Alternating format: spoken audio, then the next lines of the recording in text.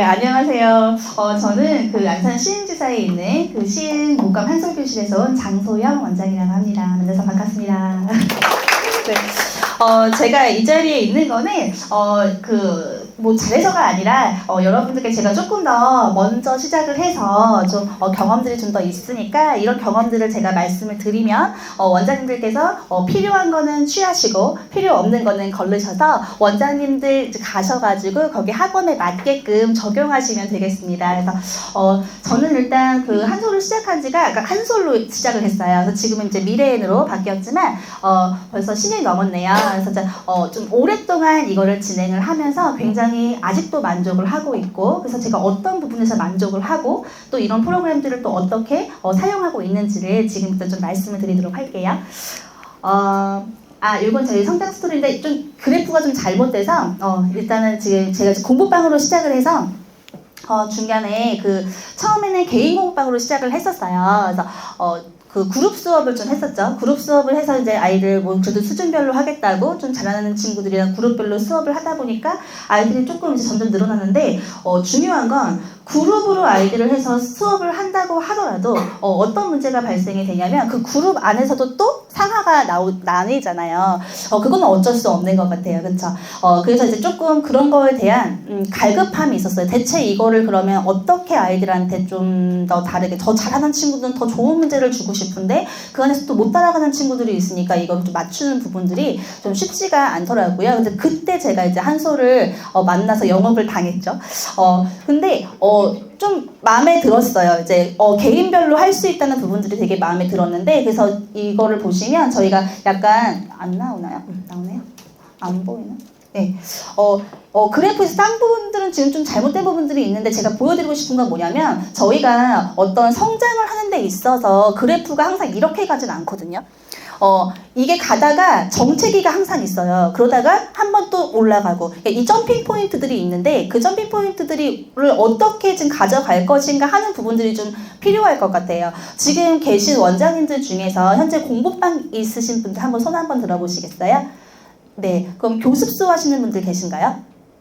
나머지는 다 학원이라고 제가 생각하면 되나요? 그러면 혹시 아예 아이를 가르치는 이런 부분들을 학원을 처음 운영하시는 분들 계신가요?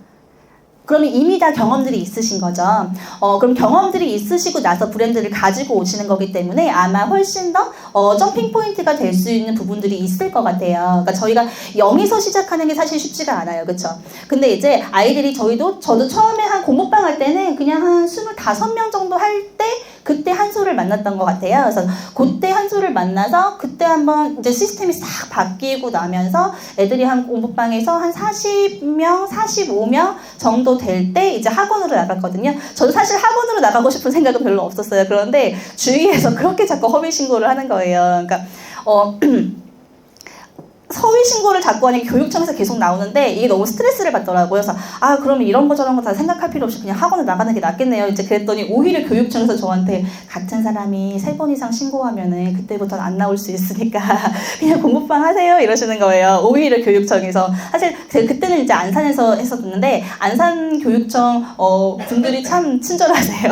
그래서 학원 요새 많이 망해요. 그러면서 오히려 그렇게 말씀하셨었던 어쨌든 그렇게 해서 학원으로 이전을 하고 학원으로 이전해서 또 이제 그게 또 하나의 점핑 포인트가 된 거죠.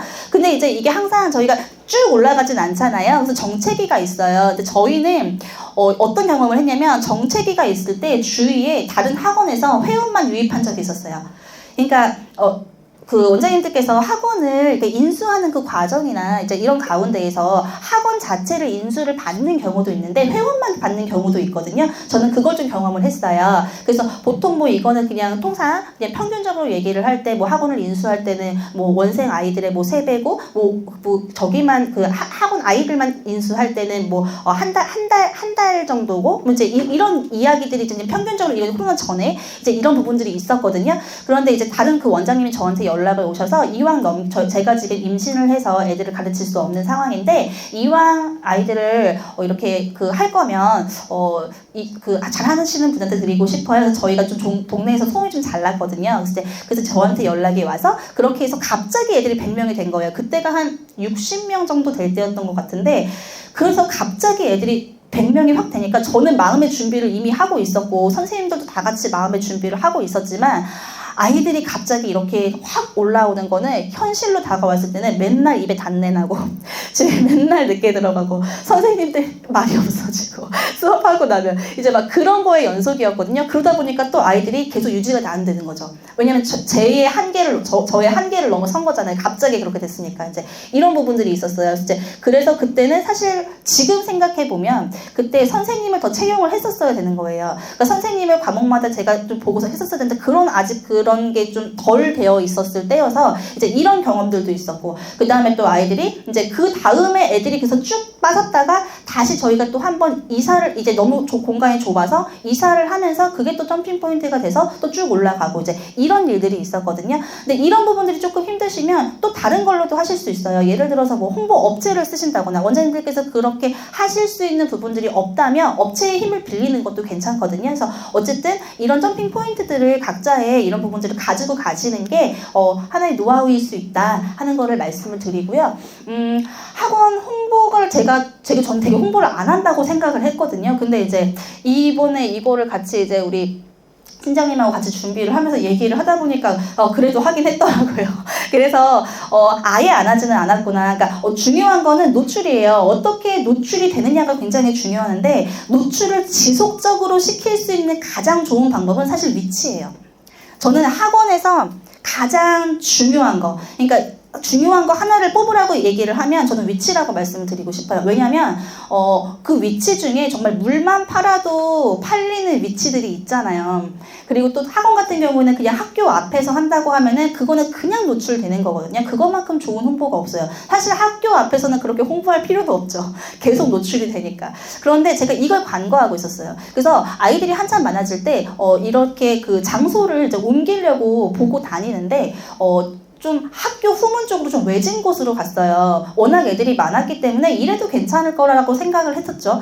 그랬는데 어떤 일이 벌어지냐면 그때는 딱 이사 가고 난 다음부터는 애들 쭉 누웠어요. 역시 이렇게 생각했죠. 근데 시간이 지나면은 이게 달라져요. 왜냐면 저희가 그전에는 앞에서 되게 좋은 자리에 있었거든요. 좋은 자리에 있었는데 이제 그 구석으로 간 거예요. 입소문이, 그러니까 아이들이 어느 정도가 규모가 되면 입소문이 돌기 때문에 그냥 학교에서 계속 소문이 돌아요. 그래서 이제 이게 있는데 이게 2년, 3년, 4년 이렇게 지나가잖아요. 그러면 어느 순간 거기 학원이 있었어? 이런 얘기가 나오더라고요. 그러니까 제가 이 얘기를 원장님들한테 꼭 말씀을 드리고 싶었어요. 왜냐면 지속적으로 나를 알릴 무언가가 필요해요. 그게 사실 자리가 굉장히 중요하다는 말씀이 자리가 좋으면 그 자리 자체가 계속 나를 알리는 하나의 포인트가 될 수 있기 때문에 다른 홍보가 애들이 어느 정도 찾아졌을 때는 크게 필요가 없어요. 그런데 저희가 왜 학원을 하면서 아이들이 많아지거나 이러면 항상 이사하는 순간들이 오거든요. 그러니까 어쨌든 자기 건물만 가지고서 하시는 분들이 많지는 않잖아요. 그러니까 그렇게 되기 때문에 그럴 때 그런 부분들을 반드시 생각하고 계셔야 된다는 것도 말씀을 드리고 싶어요. 그래서 저희가 그러다 보니까 이제 그런 일이 생겨서 점점 이제 아이들이 또 다시 이제 하향세가 되는 부분들이 있죠. 저는 사실 계속 쭉 자란 게 아니라 굴곡이 많았어요. 그래서 이런 굴곡들을 좀 말씀을 드리는 게 또 원장님들에게 좀 도움이 되지 않을까 싶어서 말씀을 드리고요. 그래서 제가 했던 홍보들을 잠깐만 말씀을 드리면 처음에 제가 되게 열정적이었더라고요. 이런 거 지금은 전혀 안 하긴 하는데 처음에는 어쨌든 제가 여기 있다는 거 알려야 되잖아요. 사람들은 알리지 않으면 모르잖아요. 그쵸? 그래서 제가 아침에 그다음에 뭐 퇴근하면서 왔다 갔다 매번 그 지역을 쭉 놓고 지역을 나눴어요. 그래서 내가 오늘 할 수 있는, 나는 이만큼은 오늘 제가 홍보 전단지를 이렇게 다 이렇게 만들어 놓으면 그냥 그거 들고 나가서 그 직투하는 거예요. 직접 이렇게 붙이고 다녔어요. 이런 전화도 받았어요. 전화해가지고 이런 거 문에다 붙여놓으면 어떡하냐 막 이런 얘기도 받았는데 죄송해요. 제가 업체가 그랬나봐요.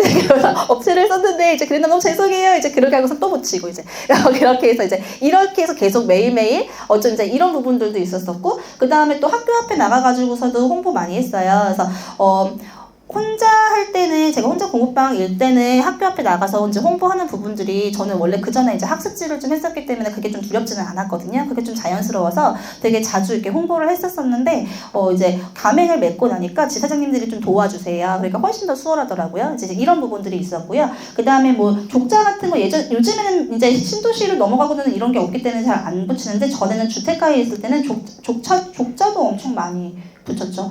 그리고 나서 이제 저희가 또 새롭게 0에서 시작하는 것도 잠깐 말씀을 드리면 이제 학원을 신도시에서 새로 0에서 시작할 때는 어떻게 했었냐면 일단 보이는 게 중요하니까 좀 잘 보이죠. 그래도 그러니까 저희가 이제 이게 썬팅되어져 있는 건물이기 때문에 이렇게 하면은 조금 더 포인트가 될 것 같아서 테두리를 그냥 들러서 좀 잘 보여요. 겉에 봤었을 때도. 그 다음에 여기에도 대형 현수막을 이렇게 붙여놨어요. 그래서 이것도 다 제가 디자인해서 같이 이렇게 해서 딱 붙여놨는데 이러고 났더니 이제 너무 잘 보이고 저기잖아요. 그러니까 다른 학원들이 옆에 들어와서 같이 위아래로 붙이시더라고요.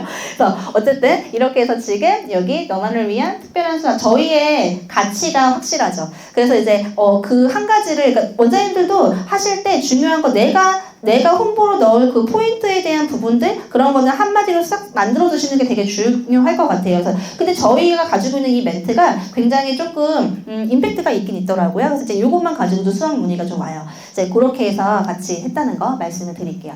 그래서 제가 지금 공부방도 해보고 교습소도 해보고 학원도 해봤을 때 교습소를 운영할 때는 사실 학원을 할 때 다른 데를 같이 더 인수를 해가지고 제가 여기서 수업을 하고 선생님들한테 학원 관리를 맡기고 이제 이런 식으로 진행을 하다가 코로나 이제 하면서 이걸 했었거든요. 그래서 어쨌든 그러면 이 세 가지 포인트가 좀 다르게 가져갈 것 같아서 현재 공부방을 하고 계신 분들 같은 경우에는 일단 밀착 관리가 가능하고 거기에서 이제 취사 같은 거가 되는 게 가능하잖아요. 그래서 저희는 사실 많이 먹였어요. 공부방을 할 때는 아이들이랑 같이 그러니까 좀 왜냐면 그때 그렇게 많았던 것도 아니었기 때문에 여유가 좀 있었죠. 그래서 아이들이랑 같이 먹기도 많이 먹고 그 다음에 이제 좀 밀착 관리가 좀 가능했는 부분들 그리고 또 공부방에 오는 친구들과 뭐 교습소나 학원으로 가는 친구들이 약간 좀 다를 수는 있어요. 관리가 많이 필요한 친구들, 그 다음에 엄마들이 조금 더 이렇게 이렇게 친절하게 선생님이 직접 관리해줬으면 좋겠는 친구들이 많이 오죠, 공부방은. 그리고 혹은 공부에 대한 관리도 좀 더 필요한 친구들이 더 많이 오는 부분들도 있는 것 같아요. 그리고 이제 학원 같은 경우에는 달라지는 부분들이 교습소에서는 어떻게 교습소는 제가 단일 과목밖에 못 하잖아요. 그러니까 그 층에 있는 다른 학원 원장님들하고 굉장히 친하게 지냈어요. 그래서 다른 원장님들이랑 항상 연합을 해서 행사를 할 때도 그 다음에 홍보를 할 때도 뭐 하나 이런 거 마칠 때도 제가 먼저 원장님들한테 원장님 저 이거 할 건데 같이 하실래요? 이제 하면서 저희 저렇게 배너 같은 거 하면은 배너를 3칸을 나눠서 뭐 수학 우리 하고 우리 거 제일 위에 놓고 그 다음에 영어 그 다음 피아노 같이 넣어서 같이 한다던가 이제 그렇게 해서 하면은 아무래도 서로 소개나 이런 부분들이 되게 자주 오갔었거든요. 그래서 다른 학원들이랑 같이 이렇게 연합하는 부분들이 조금 더 좀 중요하다라고 말씀을 드릴 수 있을 것 같고요. 그 다음에 학원은 점점 이제 원생이 많아지니까 아무래도 이제 관리가 필요하고 이걸 조금 시스템화할 수 있는 부분들이 좀 필요하겠죠. 그래서 이제 이런 조금 다른 특징들이 있다라는 거를 말씀을 드리면서 그러면 저희가 아까 말씀드렸던 거, 그러니까 제일 중요한 거는 결국에 우리를 계속해서 알리는 거다. 근데 그 알리는 방법에는 제가 초창기에는 몸으로 계속 뛰었던 것처럼 이렇게 알리지만 요즘 같은 경우에는 이제 사실 그거를 제가 좀 이제 좀 중점적으로 하려고 하고 있어요. 네이버 이제 그 플레이스나 그다음에 블로그나 이제 인스타나 이제 이런 부분들을 조금 해보려고 지금 계속 조금 제가 작업 중에 있거든요. 그래서 이런 부분들이 제가 조금 더 안착이 되면은 또 이런 이야기도 같이 나눌 수 있겠죠. 그래서 어쨌든 지금은 검색해서 오시는 분들이 훨씬 더 많기 때문에 어쨌든 네이버 플레이스하고 블로그는 반드시 하시는 게 좋다고 말씀을 드리고 싶고요. 그 다음에 네이버 플레이스에도 들어가셔서 거기에서 이제 좀 정보들을 웬만하면 다 공개를 해주시는 게 학부모들이 봤었을 때 더 신뢰감이 있고 할 수 있는 부분들이 있다라고 말씀을 드릴 수 있을 것 같아요. 그래서 지금 중요한 거는 어쨌든 이거를 좀 선택을 하셨잖아요. 그러니까 원장님들께서 이미 미래를 선택을 하셨으면 저는 이게 최고라고 생각하고 하고 있거든요. 왜냐면 그래야 사실 원장님들께서도 이것저것 많이 재보시고 선택하신 거잖아요. 제일 괜찮으니까 선택하신 거 아닌가요? 저는 그랬거든요. 그러면 그리고 사실 실제로 말씀드리면 현재 이런 시스템이 이 브랜드밖에 없을걸요. 다른 브랜드들은 거의 다 지금 다 그 온라인 쪽이랑 같이 해서 다시 연결됐잖아요. 그쵸? 그런데 온오프라인이 이렇게 확실하게 되어져 있는 건 지금 여기밖에 없을 거예요. 저는 근데 이게 계속 가야 된다고 생각을 하는 사람이고, 그 다음에 이게 굉장히 제일 중요하다고 생각을 하기 때문에 이렇게 해서 생각을 딱 가지고서는 이거를 여기 있는 프로그램들을 사용을 하시면 아마 그런 마음들이 부모님들께도 그대로 전해지겠죠. 왜냐면 이미 저는 데이터를 갖고 있잖아요. 10년 넘게 아이들을 가르쳐봤기 때문에 우리 친구들이 이걸로 배웠을 때 어떻게 수학이 탄탄해지는지가 저는 제 눈에 다 있어요. 그렇기 때문에 거기에 대한 확신을 가지고서 지금 저희 이거 하시는 우수 원장님들은 다 그러실걸요. 이 프로그램이 얼마나 좋고 이게 아이들에게 어떤 영향을 줄 수 있는지를 확실하게 알고 있기 때문에 되게 확신이 있어서 어머니들께 말씀을 드리죠. 거기서 또 신뢰가 오는 걸 거고요. 그래서 지금 말씀드렸던 거 지금 같이 이렇게 말씀을 드리면서 지금 제가 이번 동시간 때 지금 원장님들께서 지금 이전에 혹시 계속 맞춤학습 시스템 사용하셨던 분 계신가요? 아니세요? 아무도 없으세요? 그러니까 지금 그러면은 그냥 판서 수업을 사실은 하거나 그룹 수업을 할 때는 좀 적은 아이들이 하고 판서 수업할 때 뭐 당연히 애를 더 많아질 수는 있겠지만 아이들한테 들어가지 않는 부분들이 있잖아요. 솔직히 많아봤자 30% 데려가는 거 아닌가요? 그쵸? 근데 이제 저희가 시스템을 이걸 하면서 아이들을 하나도 빼먹지 않으려고 사실 이 시스템을 도입을 했던 거였거든요. 그 빠지는 친구를 없게끔 다 관리해주고 싶어서. 근데 제가 한 시간에 혼자서 18명 까지를 해봤는데 이때 정말 너무 힘들었어요.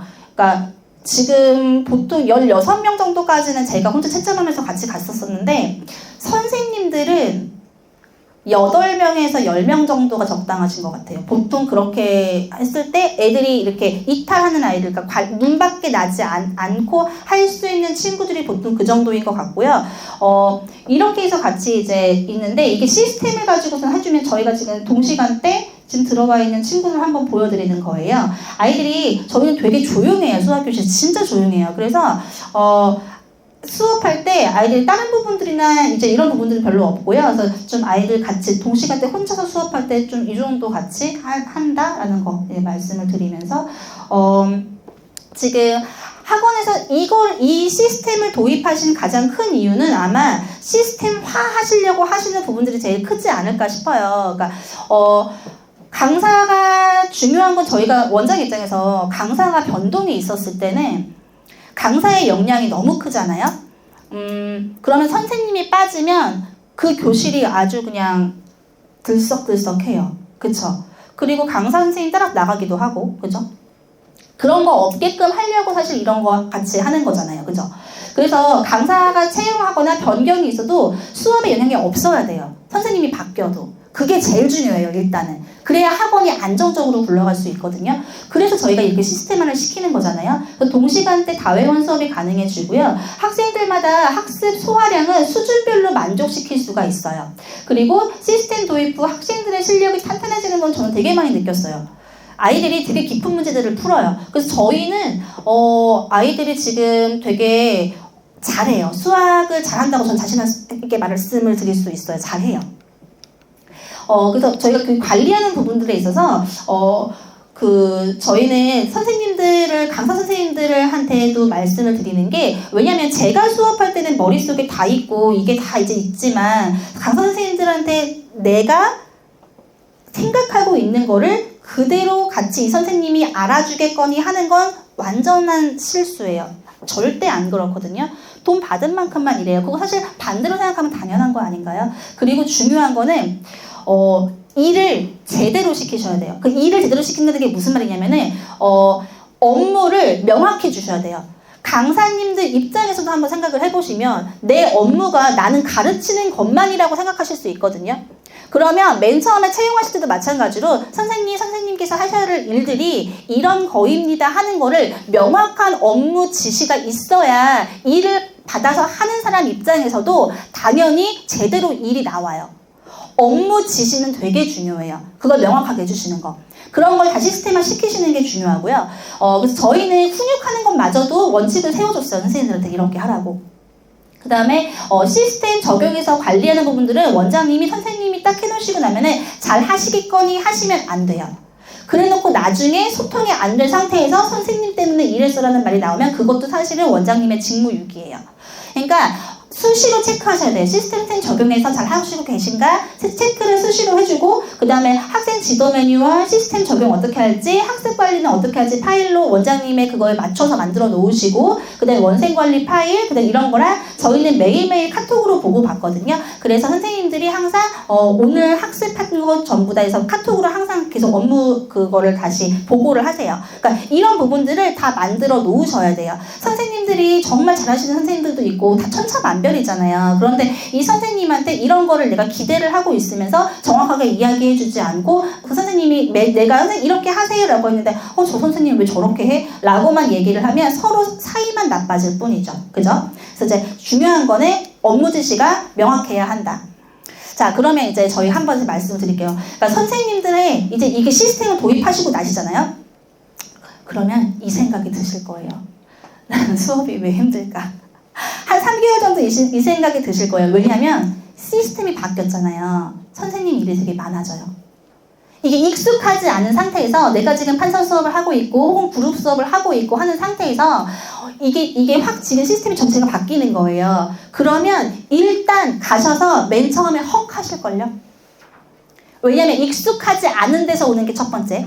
그쵸? 자, 그리고 난 다음에 내가 이게 수업의 커리큘럼이 머릿속에 다 아직 안 들어온 상태에서 부딪히고 나면 되게 힘들어요. 그래서 제가 조금 말씀을 드리고 싶은 거는 이거를 전부 다 적용하려고 하지 마시고요. 하나씩 늘려가시는 거를 추천해요. 그래서 한 가지씩을 제대로 하시면서 점점 시스템에 애들이 익숙해질 것 같으면 더 추가해주고, 익숙해질 것 같으면 더 추가해주고, 이렇게 하시는 걸 좀 추천을 드려요. 그런데 제가 정확하게 말씀을 드릴 수 있는 건, 제가 처음에 너무 힘들었어요. 맨날 식은땀이 뒤에서 줄줄 나는 거예요. 막. 그래서 조금 더 일찍 나오셔서 미리 수업을 준비하셔야 되는 것도 있을 거거든요. 그렇게 하시고 난 다음에 제가 3개월 지나고 나니까 어느 순간 안 힘들어졌더라고요. 제가. 애들은 늘었는데. 그러니까 익숙해진 거죠, 저도. 그쵸? 그러면서 이제 그게 보이기 시작해요. 애들이 막 느는 게 보이기 시작해요, 먼저보다. 이제 이런 거를 이렇게 진행이 되실 거니까 아마 원장님들 가셔서 선생님들이 힘들다고 말씀을 분명히 하실 거예요. 그런데 선생님들한테 이거에 대한 효과와 그 다음에 이런 부분들을 자꾸 말씀을 드리면서 같이 조금 이겨내 나가시면은 좀 좋은 그런 걸로 결과를 받으실 수 있지 않을까 하는 생각을 제가 해봅니다. 힘든 이유가 두 가지가 있더라고요. 일단 저희 선생님들이 힘들다고 했었을 때 두 가지예요. 일단 중요한 건 채점 속도. 저희가 애들이 많이 풀어요. 그러니까 다른 것보다 더 많이 풀어요, 저희 아이들이. 근데 그거 따지고 보면 그게 맞아요. 애들이 잘하려면 선생님이 문제를 많이 푸는 게 아니라 애들이 많이 풀어야지 당연히 실력이 늘잖아요. 애들이 많이 푸는 프로그램이거든요. 그럼 뭐가 많아요? 채점이 많아요. 그러니까 채점 속도는 좀 중요해요. 세워라 내워라 채점하고 있으면 채점 계속 밀려요. 그러면 애들이 어떤 친구들은 채점만 하고도 다 그날에 끝나는 친구들도 있거든요. 그럼 그 친구들은 하염없이 기다리고 있잖아요. 그쵸? 그럼 되게 힘들어요. 그래서 채점 속도를 일단 늘리시는 게 중요하고요. 그 다음에 저희 선생님들이 힘들다고 하는 거에 한 80% 이상은 사실 진도 설정 때문이에요. 진도 설정이 잘못되어져 있을 때 굉장히 힘들어요. 그래서 제가 저희 시스템 사용하는 부분들에서 어떻게 진도 설정을 하는지를 잠깐 말씀을 드릴게요. 저희가 일단 수업의 그 운영의 원칙이 있어요. 그래서 그 원칙이 뭐냐면 제일 중요한 건 원장님들이 이건 반드시 하셔야 돼요. 저희가 해야 되는 건요. 티칭이 아니라 코칭이에요. 그래서 이런 거 있잖아요. 수영 해보신 분 계신가요? 수영장에서 그 수영장 그 레일이 이렇게 많이 있는데 수영 강사가 여러 사람들을 한꺼번에 가르치는데 가르칠 때 한 사람씩 일일이 계속 그게 아니라 사람들 한번 쭉 이제 어떻게 하세요? 라고 해서 수영 그 레일에서 사람들이 쭉 하다 보면은 중간중간 이렇게 보면서 안 되는 사람 이렇게 한번 도와주고 여기서 이렇게 알려주고 또 이렇게 보면서 저 사람 안 되는 저 사람 도와주고 이런 식으로 같이 코칭하잖아요. 마찬가지예요. 저희도 그렇게 되는 거거든요. 그래서 아이들한테 오늘 해야 될 학습 분량을 선생님이 정해주는 거죠. 이 아이의 학습자의 수준에 따라서. 그쵸? 그리고 난 다음에 안 되는 친구들을 이 친구는 요거 할 동안 안 되는 친구 잠깐 가르쳐주고 잠깐 가르쳐주고 전체적인 진도 흐름이 잘 됐나 자꾸 봐주고 레벨 올려야 되나 봐주고 문제수 늘려야 되나 봐주고 이런 부분들이 돼야 되는 거예요. 그쵸? 자, 그리고 그 정확한 진도 설정이 중요한 거죠. 그래서 그리고 저희가 이 맞춤 학습은 보통 80점 수준으로 놔둬요. 너무 질문이 많아서 50점 밑으로 70점 밑으로 가면 선생님이 되게 힘드세요. 알려줘야 할 게 너무 많거든요. 그런데 또 너무 100%면 실력이 안 늘어. 그렇기 때문에 저희가 한 80점 정도 수준에서 같이 보거든요. 그래서 저희 애들은 이제 그렇게 보고 있고요. 그 다음에 우선순위의 개념 플러스가 무슨 말이냐면은 저희가 여러 가지의 그 컨텐츠들이 있잖아요. 그 컨텐츠들 중에서 아이들이 앞서 나가는 거, 개념을 알아야 되는 거 있죠. 개념을 알아야 되는 거는 개념 플러스 책이에요. 그럼 이거를 우선순위로 두고 나머지 컨텐츠들은 그럼 그 진도를 따라가게 만드는 거예요. 그래서 개념으로 해서 개념을 먼저 가고 난 다음에 그 개념에 대한 거 문제수를 조금 더 여기 있는 연습 문제를 푼다거나 그동안 배웠던 거에 대한 거에 어떤 그런 걸 할 때 새로 배우는 거, 그러니까 새로 배우는 게 다른 거에서는 없어야 돼요.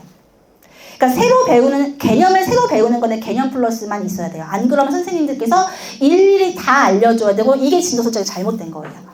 그래서 아이들도 마찬가지예요. 새로운 개념을 한 가지만 딱 받아들이고 나머지는 조금 더 이제 깊이 생각하는 문제를 가주는 게 맞는 건데 그렇지 않고 이것도 새로 알려줘야 될 게 많으면 되게 힘들어져요. 서로가. 애들도 울고 선생님도 울고 싶고 이렇게 되거든요. 그러니까 그런 부분들 되게 중요하고요. 중요한 또 이거 시간을 맞추지 않고 학습자에 맞춰서 저희는 보통 이제 한 타임에 1시간씩 수업을 해요. 그러면 어떤 친구는 1시간 반 걸리기도 하고요. 어떤 친구는 50분 만에 끝나기도 해요. 그래서 이 친구가 오늘 해야 될 학습 분량을 잘했으면 또 빨리 끝내주고 아니면은 할 때까지 더 하고 이제 이런 부분들이 있거든요. 그래서 아이들한테 시간을 맞추게 되면 애들이 어려우면은 그냥 안 하고 같이 버티고 앉아있어요. 시간 되면 어차피 가니까. 그렇게 되면 아이들 실력 안 늘거든요. 그래서 이제 이런 부분들이 좀 포인트가 될 수 있을 것 같아요. 그래서 저희가 아까 말씀드렸잖아요. 교실이 굉장히 조용하다고. 그러니까 사실 다 훈련이에요. 아이들 다 훈련시켜주는 거거든요. 그래서 아이들이 일단 첫 번째는 교실에 가방을 안 갖고 들어와요. 가방에 일단 손장난 할 거가 있으면 수업에 집중을 하지 않죠. 수업할 때. 그래서 일단 두고 들어오고요. 그 다음에 또 아이들 해야 될 학습 분량은 지금은 도장에서 이제는 그냥 체크만 해요. 이것도 시간이 너무 없어서 도장 굳이 찍는 게. 그래서 어쨌든 중요한 거는 채점하고 다 하고 난 다음에 그 다음에 할 거를 미리 체크를 해줘요. 이게 좋은 게 뭐냐면 그럼 아이들이 와서 선생님 오늘 뭐예요? 이런 거 없어요. 저희는 가져가서 오늘 딱 해야 될 거 자기가 알아서 딱 그 파일 가져가서 앉아서 바로 시작해요. 수업이. 이제 이렇게 진행이 되고요. 뭐 연필지우개 제공하는 거 이제 이런 부분들. 왜냐하면 아이들이 필통을 갖고 와도 필통에서 만지작 그러면서 또 이제 해야 될 게 너무 많기 때문에 이제 그런 부분들을 아예 없게끔 같이 이렇게 되고요. 그 다음에 그 질문 자석을 저희가 이렇게 앞에다 해놨어요. 이게 뭐냐면 아이들이 질문이 있잖아요. 질문이 있으면 이제 어떤 일이 벌어지냐면 선생님이 이렇게 하고 있으면 이제 이 앞에 하나둘 모여들기 시작해요. 그럼 여기 1명 있고 2명 있고 3명 있고 이렇게 모여들잖아요. 그럼 이제 그때부터는 웅성웅성 떠들기 시작하고 수업이 막 난장이 돼요. 그래서 그런 부분들을 없게끔 하기 위해서 아이들한테 질문이 있으면 나와서 여기다가 이렇게 줄을 세워놓게 하는 거예요. 이름을 이렇게 가져와서. 그러면은 그 수업 시간 내에 있는 친구들이 이 친구들 여기서 다 이제 줄을 세우는 거죠. 이렇게 줄을 세우면 선생님이 예를 들어서 채점을 하잖아요. 그럼 내가 채점할 동안 얘가 기다리고 있으면 떠들잖아요. 그럼 저희 이미 교육 받아서 아시겠지만 해야 될 콘텐츠가 한두 가지가 아니죠. 그럼 다른 거 하고 있는 거예요. 들어가서. 그러면 선생님이 만약에 이제 좀 비어 있으면 바로 나오라고 하겠지만 채점할 게 있으면 채점 좀 빠르게 하고 난 다음에 누구 나와 그 다음 설명하고 들어가고 또 누구 나와 설명하고 들어가고 이제 이렇게 되는 거예요. 그래서 아이들이 여기 앞에 많이 앉아있지 않게끔 하는 거죠. 그리고 설명은 간결하게 최대한 비슷한 그 설명을 이렇게 했다가 저렇게 했다가가 아니라 이거 선생님의 스킬이죠. 선생님이 일정하게 설명을 해주시고 그리고 나서 푸는 거는 반드시 들어가서 풀게 해주시는 게 좋아요. 애들이 많을 때. 애들 적을 때하고 상관없죠. 앞에서 다 풀고 해도 상관없는데 애들 많을 때는 여기에 애가 있는 것만으로도 선생님 되게 부담이거든요. 네. 그래서 반드시 포인트 설명 싹 해주고 아이가 알아들은 것 같으면 들어가서 풀어갖고 와. 그래서 애가 계속 돌게 만들어야 돼요. 왔다 갔다 하게끔 만들어주셔야 돼요.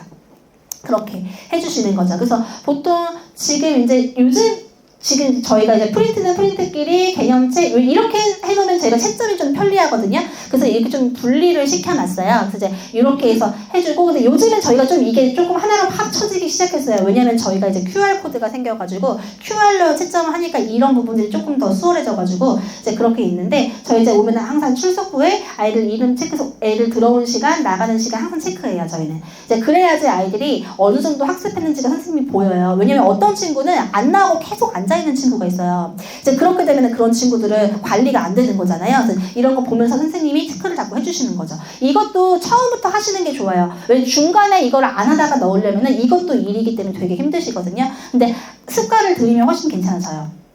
그리고 이제 채점, 아까 빠른 채점을 위해서 QR코드 사용하는 부분들 이제 이렇게 해서 사용하고 있죠.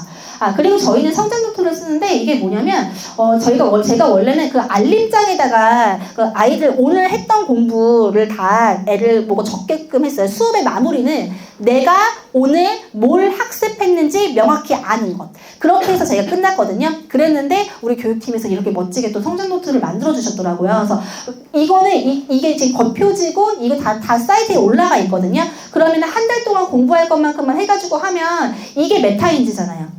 내가 뭘 알고 있는지 없는지를 확실하게 아는 거. 근데 이게 생각보다 의미가 있어요. 그래서 제가 이제 사인을 해주거나 도장을 찍어주거나 이제 이렇게 해서 아이들이 보통 보면은 오늘 한 게 이런 거 오늘 했고 거기에서 어떤 것들을 배웠는지를 적어주고 그다음에 그 중에서 개념에 대한 부분들을 아이들이 스스로 정리할 수 있게. 그래서 내가 오늘 학습했던 거 어땠는지를 스스로 체크할 수 있게. 그래서 어떤 친구들은 막 일기도 써요. 여기다 내가 이래서 오늘 이랬다 이제 이렇게 쓰기도 해요. 그래서 어쨌든 이게 굉장히 의미 있는 활동이에요. 그래서 아이들이 내가 뭘 배웠어요, 뭘 안 배웠어요를 모르지 않게끔. 그래서 자기 주도적이 되는 거죠. 이렇게 돼야.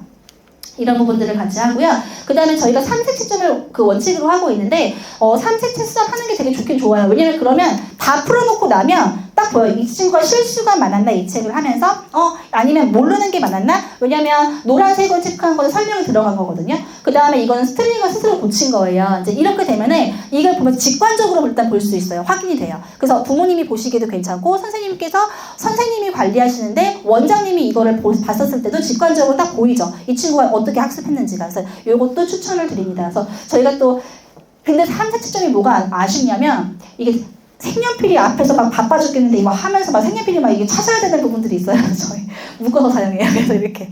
그래서 묶어놓고 테이핑한 거거든요. 그래서 묶어놓고 사용하는데 생각보다 괜찮아요. 그래서 저희는 이렇게 사용합니다. 네, 이런 것도 꿀팁이라면 꿀팁일까요? 네. 그래서 제가 이 학원에 일을 하는 부분들에 있어서, 그러니까 저희가 지금 어제들께서도 보시면 요즘에 이제 이게 막 많이 바뀌어가고 있잖아요. 그래서 이제 저희 지금 중학교 2학년 친구들부터는 이제 아이들이 학점제가 같이 진행이 되면서 이제 사실 이게 결국에 수시를 많이 뽑겠다는 이야기인 거고, 그럼 수시를 많이 뽑겠다는 거는 학교 생활을 잘하는 친구들을 많이 뽑겠다는 이야기잖아요. 근데 이게 점점 지금 아이비로 흘러가고 있는 건 혹시 보이시나요? 지금 이게 계속 아이비 교육 과정으로 같이 가고 있는 그 걸음 중에 하나잖아요. 그러니까 이게 왜냐면은 공교육이 공정하게 아이들을 가르치려고 그렇게 흘러가는 거거든요. 실제로 아이들이 선생님이 가르쳐주는 것보다 아이들이 스스로 해서 배우면 더 많이 깨우쳐요. 그래서 공교육이 지금 함께하는 수업으로 가고 있잖아요. 이게 굉장히 좋은 건 맞거든요. 그런데 여기서도 분명히 결손들이 많이 생겨요. 그럼 그 결손을 메울 수 있는 건 저희가 할 수 있어요. 그러니까 저희가 이 시스템으로 가주면은 그런 부분들이 가능한 거예요. 그래서 저희가 지금 제가 하고 있는 부분들은 이런 빈틈들을 메워주고 있는 일을 한다라고 생각을 하고 있어요. 그래서 일단 중요한 거는 내가 이거를 선택을 했으면 여기에 대한 확신을 갖는 게 일단 가장 첫 번째겠죠. 지금 저희 수업 모델을 잠깐만 보여드리면 저희가 지금 초등학교 1, 2학년 친구들은 주 3회 수업이고요. 그 다음에 초등학교 3학년부터 4학년까지는 3학년부터 6학년까지는 이제 1시간씩 수업을 해요. 그래서 주 4회 수업으로 세팅을 해놨거든요. 그래서 저희가 금요일은 수업이 없고 한 달에 한 번 정도만 보충 날짜가 있어서 그 아이를 이제 빠졌던 친구들은 한 달에 한 번 정도만 금요일에 나와서 보충을 하고 있고요. 그 다음에 지금 이제 중학교 같은 경우에 중학생은 저희가 주 1시간 반씩 주 3일을 수업을 하는데 4일 그냥 나와 라고 얘기를 해요. 그래서 어차피 4일 동안 제가 출근을 하게 선생님들도 어차피 4일 동안 수업을 하시기 때문에 이제 그렇게 같이 진행이 되어져 있고요. 그래서 저희가 이제 이런 부분들, 그러니까 수학의 기초가 필요할수록 또 필요하고 결손 전환가 심할수록 또 맞춤이 필요하고 편차가 커도 필요하고, 그러니까 저희 맞춤 학습은 정말 다 필요해요. 일단은 중요한 건 저희가 개념책을 2주차까지 완료를 시켜요. 개념책이 2주차까지 완료가 되고 난 다음에 계산력을 해주고 보통 기본적으로 3가지가 돌아가요, 저희가. 그런데 이 3가지가 돌아가는 거에다가 알파로, 보통 이제 방학 때는 이제 익힘책, 그 다음에 이제, 학교 다닐 때는 또 다른 게 이제 들어가는데, 이제 이렇게 해서 보통 다 이거 하고 난 다음에 아이들한테 이제 익힘책을 제보를 해줘서 개념책 푸는 시간에 2주차까지 끝나고 나면 이제 익힘책을 가는 거죠. 그래서 보통 이렇게 제보를 해줘요. 제보를 해서 책처럼 만들어줘서 익힘책을 같이 해서 보통 아이들한테 2학기 익힘책 미리 보기라고 제목을 넣어갖고 주죠. 그러면 어머니들께서 보셨을 때도 익힘책 미리 풀었구나 라고 이제 할 수 있게끔 이제 그렇게 해서 같이 나가고요. 방학이 굉장히 중요합니다. 그러니까 저희가 특히나 이 맞춤학습을 하면서 방학을 제대로 보내야 3월부터 안 힘들어요. 근데 3월부터는 사실 덜 힘들어야 되는 게 맞거든요. 근데 3월에 되게 힘들어하고 있다. 이거는 100% 방학을 제대로 못 보낸 거예요. 그래서 방학 때 아이들한테 개념학습이 좀 제대로 될 수 있게끔 같이 이렇게 진행이 되고요. 특히 맞춤학습을 풀 때는 아까도 말씀드렸다시피 개념이 우선순위라고 했잖아요. 그러면 개념을 하고 나서 개념에서 배운 거를 한 주 뒤에 같이 이제 볼 수 있게끔 그렇게 해서 같이 이제 들어가고 있죠. 그래서 보통 저희가 이렇게 1주차, 2주차, 3주차, 4주차에 보통 개념이 2주차에 거의 끝나기 때문에 이 익힘책은 사실 거의 3주차에부터 들어가는 경우가 많이 있어요. 그래서 이제 이 보통 개념이 3단원이 들어가 있는데 예습 때는 그럼 이거를 한 주에 한 단원을 다 끝내는 게 아니라 한 단원 반 정도 나가시기도 한 것 같아요. 이제 보통 그래서 저희가 보통 평균적으로 2주차에 개념 책을 끝낸다는 거 그렇게 말씀을 드릴 수 있을 것 같고요. 그 다음에 이제 진도 때는 2주차까지 또 마찬가지로 개념을 완료를 시키고, 근데 이거는 평균적인 거고요. 못하는 친구는 이 개념책 한 달 내내 풀기도 해요. 친구들마다 많이 다른 거예요. 이거는 제가 지금 평균치를 말씀을 드리는 겁니다. 그래서 이제 하루에 3쪽 정도 풀고요. 그 다음에 이제 저희가 보통 5문제부터 시작을 해요. 진짜 못하는 친구는 5문제 주거든요. 아닌 친구들은 30문제씩 가고요. 그래서 이런 부분들을 원장님들께서 좀 선택하시는 부분이 되게 중요한데, 제가 다른 거는 모르겠지만 맞춤은 처음에 꼭 5문제라도 시켜보세요. 이거는 해주시는 게 좋아요. 진짜 달라요. 그래서 이제 그렇게 가고 그 다음에 4단계 서술형을 같이 해서 서술형이 들어가고요. 그 다음에 단원평가 데이를 하루를 잡아서 아예 진도가 못 나가서도 그날은 무조건 단원평가를 풀려요. 그래서 단원평가를 같이 진도와 무관하게 같이 실시를 시키고요. 그 다음에 이제 교재가 다 끝나고 나면은 개념 플러스 끝나면 또 교재 맞춤이라고 저희 사이트에 있어요. 그것도 다시 아까처럼 재보내가지고 그래서 다시 또 그걸 줍니다. 단원별로. 이제 그렇게 해서 같이 주죠. 그래서 저희가 이게 좋은 게 엄마가 선행을 요구를 하면은 선행 나갈 수 있어요. 그쵸? 이제 그런 부분들이 굉장히 좋죠. 하지만 그래서 오프라인은 선행을 나가고 컨텐츠는 계속 현행 진도에 맞춰주면 아이들이 현행 것도 빠지지 않고 선행을 나갈 수 있는 부분들의 장점들이 있다는 거 말씀을 드릴 수 있을 것 같아요. 그 다음에 중학생 아이들 같은 경우에도 저희가 비슷하게 같이 진행이 되고요. 상위권 친구들은 책에 있는 거 거의 다 풀려요. 그런데 이제 하위권 친구들은 개념만 풀고 끝나는 친구들도 있어요. 왜냐면 대신에 개념을 똑같은 책을 계속 줘요. 될 때까지. 그렇게 같이 해서 이제 진행이 되고요. 그 다음에 저희가 맞춤학습을 보통 어떻게 뽑냐면 2부를 뽑아요. 왜냐면 한 분은 학원에서 오늘 다 피드백 됐잖아요. 그럼 한 분은 집에 가져가서 숙제로 해오는 거예요. 오늘 했던 거 똑같이. 복습. 그러면 이게 어떤 효과가 있냐면 오답 노트를 저희가 안 해요. 대신에 그렇게 시키는 거예요. 그러면 집에 가서 내가 다시 풀어왔을 때 오늘 게 피드백 된 게 완벽하게 들어갔으면 잘 풀어왔겠죠. 그런데 그렇지 않으면 또 틀릴 거예요. 그렇죠? 그러면 한 번 더 다음날 또 그 피드백 받는 거죠. 그 아이를 2번 피드백 받는 효과가 있기 때문에 대신에 이거는 자가채점. 왜냐면 선생님이 이것까지 다 해주기 힘들거든요. 숙제까지. 그래서 숙제는 어차피 내가 어제 했던 거니까 내가 했던 보면서 채점해보는 거죠. 이제 그렇게 해서 같이 숙제를 내주고 있습니다. 그래서 저희가 학생 실력에 맞춰가지고서는 이게 줄 수 있기 때문에 굉장히 큰 장점이에요. 책이 얇잖아요.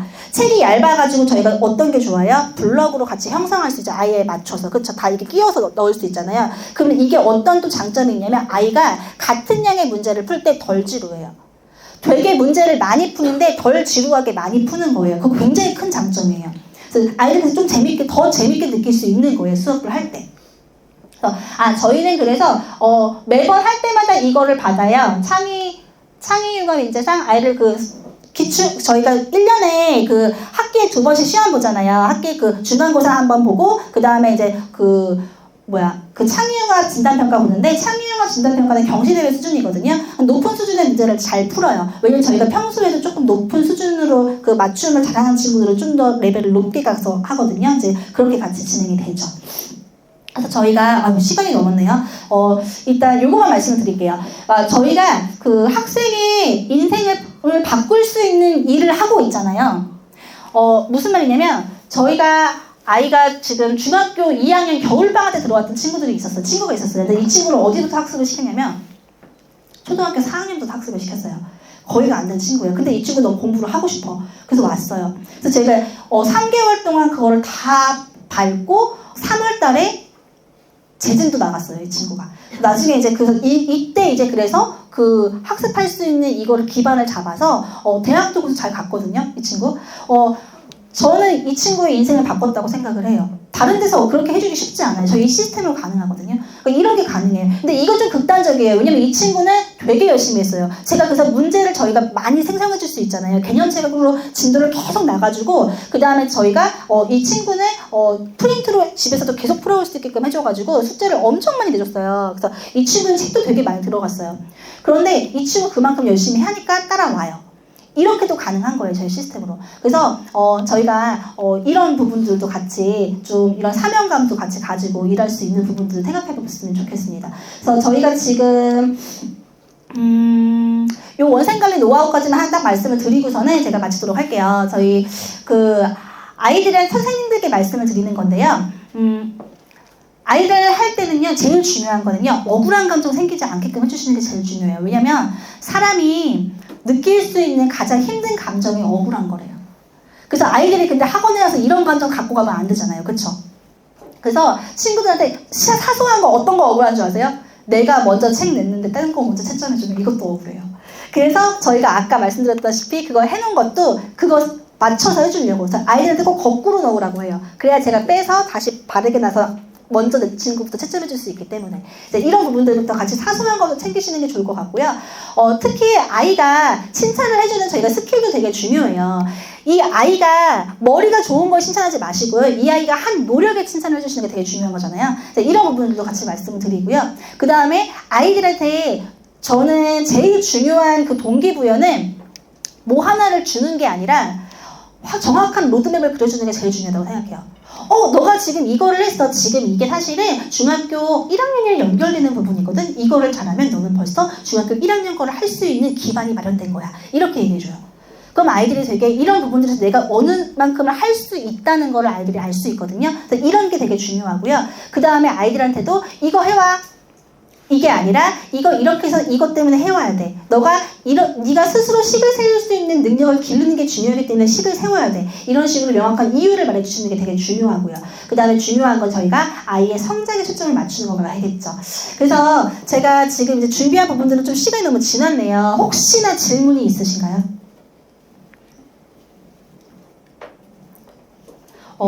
질문이 네네네. 네. 네. 시중 교재에 대해서 네네. 뭐 이렇게 하기를 원하시거나 네네. 뭐 최상이나 뭐 A급이나 이런 것들을 네네네. 그러니까 학생이 좀 잘하는 경우에 네, 그럴 수 있죠. 욕심이 있으신 경우에 네네네. 그런 걸 붙여서도 수업을 하시나요? 아니요.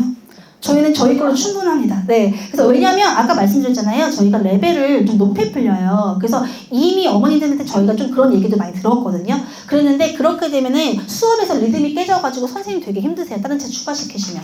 그런데 이미 저희가 그 정도의 수준의 문제 다 갖고 있어요. 그래서 제가 엄마한테 문제를 다 비교해드렸어요. 이렇다고. 네네네. 문제 비교해주시면 돼요. 차라리. 그리고 아니면 저희 그거 보여주셔도 돼요. 저희 시험 창의융합 시험 보는 거 있잖아요. 그게 저희가 수준이 높은 편이거든요. 그래서 그 문제 보여주셔도 괜찮아요. 그래서 이런 식의 류의 거를 한다고 어머니께서 걱정하지 마시라고 말씀드리면, 근데 그렇게 말씀을 하실 수 있는 것도 사실은 기존의 아이가 저희가 잘 가르치고 난 다음에 얘기를 해야 뭔가가 힘이 있겠죠, 그 말에. 네, 어쨌든 그렇습니다. 또 혹시 질문 있으신가요? 네. 이게 저는 초반에 지금 시작 네네네. 공부하는데 제 사장님하고 이제 이야기를 했을 때 네. 아무래도 초반 공부반은 학습 능력이 좀 부족한 아이들이 처음에 많이 맞아요. 네. 말씀을 해주시더라고요. 네네. 그런 친구들을 네. 대한 특별한 어떤 노하우가 있으신지 학습을 시킬 때 일단 저희는 처음에 먼저 들어오면은 저희가 계산력 업이라는 컨텐츠가 있거든요. 그러면 그 계산력 업 컨텐츠를 가지고 아이가 예를 들어서 5학년 친구가 왔는데 이 친구가 지금 분수가 아무것도 안 돼 있고 4학년 것도 다시 해야 돼요. 그러면 그거를 계산력 업 교재로 해서 저희가 일단 그 분수에 대한 부분들만 싹 뽑아가지고 하나를 책을 만들어서 그렇게 줘요. 중요한 거는 학습자가 스스로 할 수 있는 것부터 시작하시는 게 중요해요. 그러니까 그 못하는 친구들은 특히나 그래요. 그러니까 학습자가 어려운 문제부터 주면 서로 계속 힘들거든요. 아이가 스스로 먼저 할 수 있는 부분부터 해서 그거를 연결성을 줘서 가져가시는 게 맞아요. 그래서 초등학생 같은 경우에는 70% 이상이 일단은 연상이잖아요. 그러니까 연상만 잡아줘도 일단 중거 올라가는 거에서 크게 문제가 없기 때문에 안 되는 친구들은 연상부터 그렇게 잡아줘요. 네. 또 혹시 질문 있으신가요? 네. 저는 지금 저학년 그 2학년 아이가 이제 왔는데 얘 네. 자체가 뭐 머리가 나쁘거나 연산 자체를 못하진 않는데 너무 어리다 보니까 네. 수학 그 문제 자체가 길어지면 그 문제 말을 이해를 못해서 틀린다고 해야 될까요? 그쵸. 그런 경우 많죠. 요즘에 문해력이 안 좋아서. 네네네. 그러니까 게임 많이 하고 그래서 네. 머리가 나쁜 애는 아닌데 네네. 그 연산 알려주면 다 맞아 오긴 하는데 그럼 뭐 예를 들어서 1, 2, 3, 4, 5 문제가 있으면 2번 갑자기 건너뛰고 3번 푼다든지 막 네. 이런 시스템 안에서 얘가 이제 네네네. 40분을 이제 수업을 하거든요. 네네네. 이제 조금 아직 2개월밖에 안 되긴 했지만 이런 아이들은 좀 어떤 그런 친구들은 문제를 한꺼번에 많이 주시면 절대 안 돼요. 그래서 그런 문제들을 뽑아놓고 하루에 2문제씩만 주세요. 저희가 보통 서술형을 그래서 이렇게 풀려요. 서술형을 아이들한테 풀려야 되는데 너무 부담스럽잖아요. 그래서 저희가 서술형 문제는 하루에 2문제씩만 풀게 해요. 그럼 서로의 부담이 줄면서 그런 문제에 대한 훈련이 돼요. 그래서 그 부분들은 그렇게 하시면 정말 괜찮은 방법이거든요. 하루에 2문제씩만 나가는 거, 그런 문제들은, 그런 어려운 문제들을 이제 그렇게 해주시면 될 것 같아요. 네. 혹시 또 지금 네네. 선행을 좀 어떤 수준 어떻게 해서 이끌어가는지. 선행은 저희가 개념 플러스로 갑니다. 그러니까 예를 들어 초등학생을 말씀드린다고 한다면 다른 부분들의 컨텐츠들은 다 현행 진도로 나가요. 그런데 선행은 개념 플러스로 나가주는 거예요. 개념으로 계속. 하나만 갖고도 네네. 선행의 그런 어떤 가치, 선행에서 얻을 수 있는 네네네. 가치나 그런 것들이 조금 풍족이 되나요? 저희는 그래서 그게 만약에 안 될 것 같으면 개념 플러스로 나가고 난 다음에 그 맞춤학습 있잖아요. 맞춤학습이나 이런 부분들을 그거를 같이 현행 진도하고 그 내신 대비로 해서 현행 진도하고 배운 것까지 첨가해가지고 계속 같이 문제로 계속 문제풀이로 만날 수 있게끔 해주고 있습니다. 어느 정도까지 선행이 가능해요? 근데 그건 애들의 능력치에 따라 다르겠죠. 어떤 친구들은 정말 잘해가지고서는 선행을 막 빠르게 나가는 친구들도 있고요. 어떤 친구들은 또 어떤 엄마들은 깊이 있는 문제 만나는 걸 좋아하시는 분들이 있거든요. 저는 이제 그걸 추천드려요. 깊이 있는 문제를 만나게끔 해드리는 거를 이제 그렇게 나가고 있어서 저희가 보통 한 학기 정도? 한 학기에서 선행 한 학기가 평균적으로 그럼 예습 수준이네요. 그러면 그렇게 되는 거네. 그렇죠. 그래서 한 학기 정도 해서 그걸 넘어서면 애를 학교에서 재미없어 하기는 해요. 근데 너무 또 그거 말고 특목고 가야 되는 친구들은 또 그게 아니잖아요. 네, 그래서 특목고 가는 친구들 같은 경우는 좀 다르죠. 특목고 가는 친구는 현행보다는 그거에 맞춰가지고서 또 같이 좀 빠르게 나가줄 수 있죠. 그러니까 좀 다른 것 같아요. 기본적으로 일반 학교에서 아이들이 특목고를 안 갈 건데 선행을 바래요. 그럼 한 학기 정도를 빠르게 나가주는 걸로 가는 거고요. 그 다음에 예를 들어서 중학생이에요. 중학생은 조금 더 다르죠. 왜냐면 중학생 같은 경우에는 이 진도를 하면서 또 고등 걸 가져가서 해야 되는 경우가 있잖아요. 그럴 땐 동시에 나가는 거고. 근데 네. 고등학교 수학을 전공하려면 초등학교 고학년 수준에서 이미 중학교 진도가 이미 지나가야 되는 건데 네네. 특목고를 말하는 게 아니에요. 일반 네네네. 수학도 마찬가지인데 네. 그렇게 되면 한 학기 정도 앞에 간다는 얘기는 선행이 아니고 예습일 거잖아요. 네네네. 따로 그럼 선행반을 운영하세요? 아니요, 안 해요. 저희 다 지금 개인 맞춤으로 하고 있습니다. 네네. 그래서 선행반을 따로 운영하거나 그러지는 않고요. 다 개인 맞춤으로 하고 있고요. 저희가 지금 그러니까 예를 들어서 특목고와 가는 친구들 같은 경우에는 이미 초등학교 때 중학교 나가야 되잖아요. 그죠? 그러니까 그건 조금 다른 얘기고, 그러니까 그런 친구들은 아예 다르게 나가야 되는 거고요. 이제 그렇게 안 나가고 저희 일반적으로는 그냥 한 학기 정도까지만 선행으로 해서 예습 정도로 해서 그러니까 그렇게 나가고 있습니다. 그래서 만약에 조금 더 빠르게 나가는 친구들이 더 빠르게 나갈 수도 있기는 한데 그거를 더 앞서가려고는 하지 않아요. 그게 도움이 그닥 되지 않기 때문에. 제가 궁금했던 거는 네네네. 그러니까 이 미래 수업 이 시스템 자체가 네. 선행을 나갈 수 있는 그 기반 기반은 충분히 있습니다. 네네네. 네네네. 되어 있어요. 네네네. 왜냐하면 어차피 맞춤이잖아요. 어차피 개인별로